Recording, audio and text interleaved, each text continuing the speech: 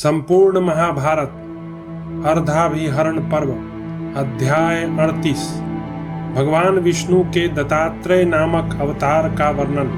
भीष्म जी युधिष्ठिर से कहते हैं, महाराज, अब मैं पुनः भगवान विष्णु के दत्तात्रेय नामक अवतार का वर्णन करता हूँ। दत्तात्रेय जी महान यशस्वी महर्षि थे।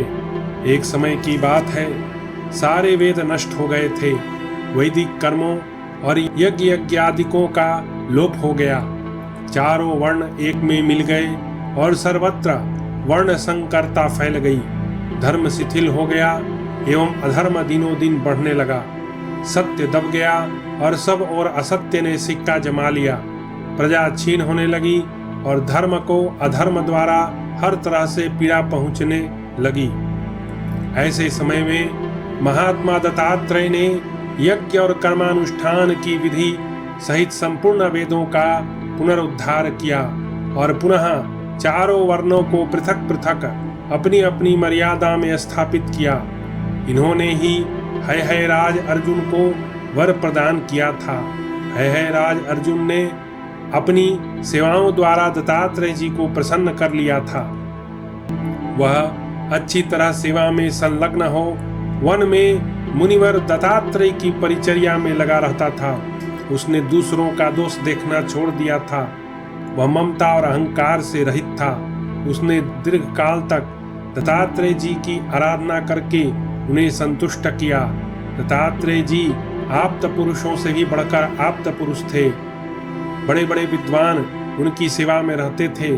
विद्वान सहस्त्रबाहु अर्जुन ने उन ब्रह्मर्षि से ये निम्नांकित वर प्राप्त किए।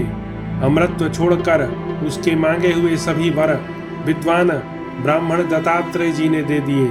उसने 4 वरों के लिए महर्षि से प्रार्थना की थी और उन चारों का ही महर्षि ने अभिनंदन किया था। वे इस प्रकार हैं। हैहयराज बोला, मैं श्रीमान मनस्वी बलवान सत्यवादी अदोषदर्शी तथा सहस्त्र भुजाओं से विभूषित हूँ। यह मेरे लिए पहला वर है। मैं जरायुज अंडज जीवों के साथ साथ चराचर जगत का धर्म पूर्वक शासन करना चाहता हूँ। मेरे लिए दूसरा वर यही हो। मैं अनेक प्रकार के यज्ञों द्वारा देवताओं, ऋषियों, पितरों तथा ब्राह्मण अतिथियों का यजन करूं और जो लोग मेरे शत्रु हैं उन्हें सम्रांगण में तीखे बाणों द्वारा मारकर यमलोक पहुंचा दूं।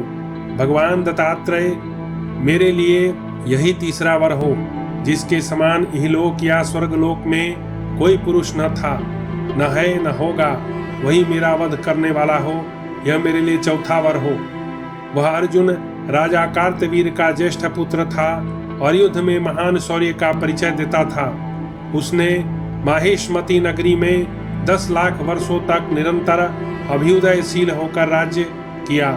जैसे आकाश में सूर्यदेव सदा प्रकाशमान होते हैं, उसी प्रकार कार्तवीर अर्जुन सारी पृथ्वी और समुद्री द्वीपों को जीतकर इस भूतल पर अपने पुण्य कर्मों से प्रकाशित हो रहा था। शक्तिशाली सहस्त्रबाहु ने इंद्रद्वीप, कशेरुद्वीप, ताम्रद्वीप, गभस्तिमान द्वीप, गंधर्व द्वीप, वरुण द्वीप और सौम्याक्ष द्वीप को, जिन्हें उसके पूर्वजों ने भी नहीं जीता था, जीतकर अपने अधिकार में कर लिया। उसका श्रेष्ठ राजभवन बहुत ही सुंदर और सारा का सारा स्वर्णमय था।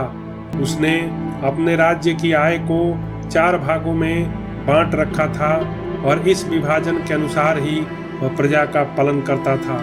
वह उस आय के एक अंश के द्वारा सेना का संग्रह और संरक्षण करता था।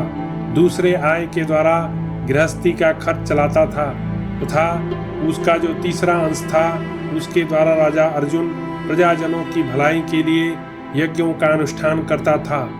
वह सबका विश्वास पात्र और परम कल्याणकारी था।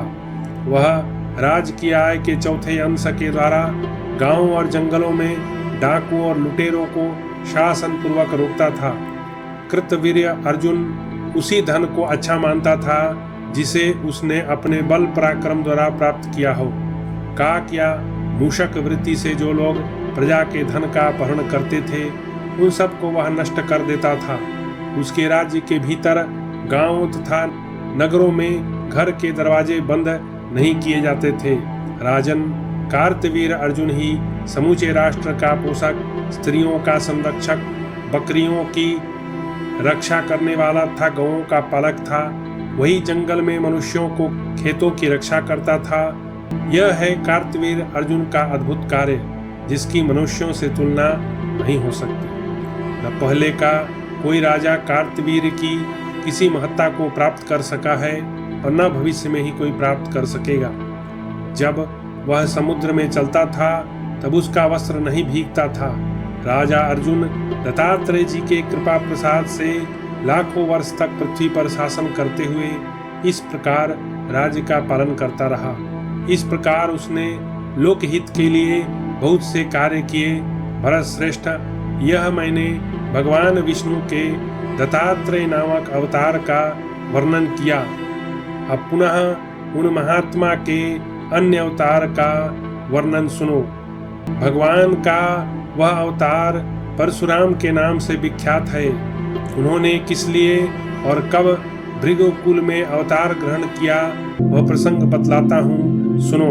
महाराज युधिष्ठिर, महर्षि जमदाग्नि के पुत्र परशुराम जी बड़े पराक्रमी हुए हैं। बलवानों में श्रेष्ठ परशुराम जी ने ही है वंश का संहार किया था।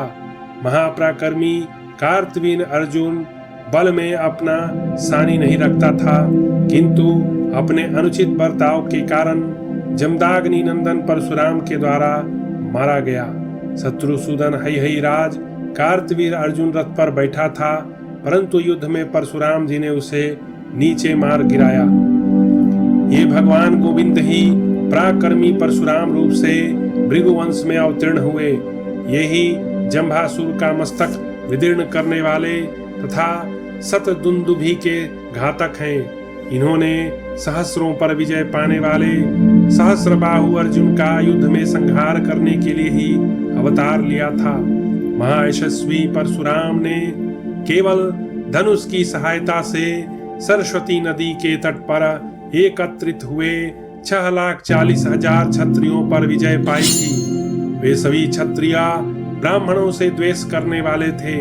उनका वध करते समय नरश्रेष्ठ परशुराम ने और भी 14,000 शूरवीरों का अंत कर डाला। तदनंतर शत्रु दमन राम ने 10,000 क्षत्रियों का और वध किया। उसके बाद उन्होंने हजारों वीरों को मूसल से मारकर यमलोक पहुंचा दिया तथा सहस्रों को फर से काट डाला। भृगुनंदन परशुराम ने 14,000 क्षत्रियों को क्षणमात्र में मार गिराया था तथा शेष ब्रह्मद्रोहियों का भी मूलोच्छेद करके स्नान किया। क्षत्रियों से पीड़ित होकर ब्राह्मणों ने राम राम कहकर आर्तनाद किया था। इसीलिए सर्वविजयी परशुराम ने पुनः फरसे से 10,000 क्षत्रियों का अंत किया। जिस समय द्विज लोग भृगुनंदन परशुराम दौड़ो बचाओ इत्यादि बातें कहकर करुणा क्रंदन करते थे, उस समय उन पीड़ित द्वारा कही हुई वह आर्तवाणी परशुराम जी नहीं सहन कर सके। उन्होंने काश्मीर, दरर, कुंती भोज, क्षुद्रक, मालव, शक, चेदी, काशी, करूस, ऋषिक, क्रत, कौशिक, अंग, वंग, कलिंग, मागध, काशी, कौशल, रात्रायण, वितिहोत्र, किरात तथा मारती कावत इनको तथा अन्य सहस्रों राजेश्वरों को प्रत्येक देश में तीखे बाणों से मारकर यमराज के भेंट कर दिया। मेरु और मंदर पर्वत जिसके आभूषण हैं, वह पृथ्वी करोड़ों क्षत्रियों की लाशों से पट गई।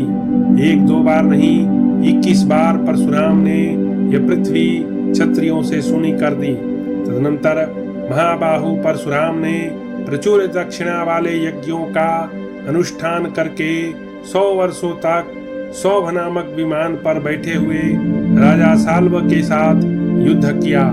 भरत श्रेष्ठ युधिष्ठिर तदनंतर सुंदर रथ पर बैठकर सौभ विमान के साथ युद्ध करने वाले शक्तिशाली वीर भृगुश्रेष्ठ परशुराम ने गीत गाती हुई नग्निका कुमारियों के मुख से यह सुना, राम राम महाबाहो, तुम भृगुवंश की कीर्ति बढ़ाने वाले हो, अपने सारे अस्त्र शस्त्र नीचे डाल दो। तुम स्वाभिमान का नाश नहीं कर सकोगे। भयभीतों को अभय देने वाले चक्रधारी गदापाणी भगवान श्री विष्णु प्रद्युम्न और सांब को साथ लेकर युद्ध में स्वाभिमान का नाश करेंगे। यह सुनकर पुरुष सिंह परशुराम उसी समय वन को चल दिए। राजन, वे महायशस्वी मुनि कृष्णावतार के समय की प्रतीक्षा करते हुए अपने सारे अस्त्र शस्त्र, रथ, कवच, आयुध, बाण, परशु और धनुष जल में डालकर बड़ी भारी तपस्या में लग गए। शत्रुओं का नाश करने वाले धर्मात्मा परशुराम ने लज्जा, प्रज्ञा, श्री, कृति और लक्ष्मी इन पांचों का आश्रय लेकर अपने पूर्वोक्त रथ को त्याग दिया।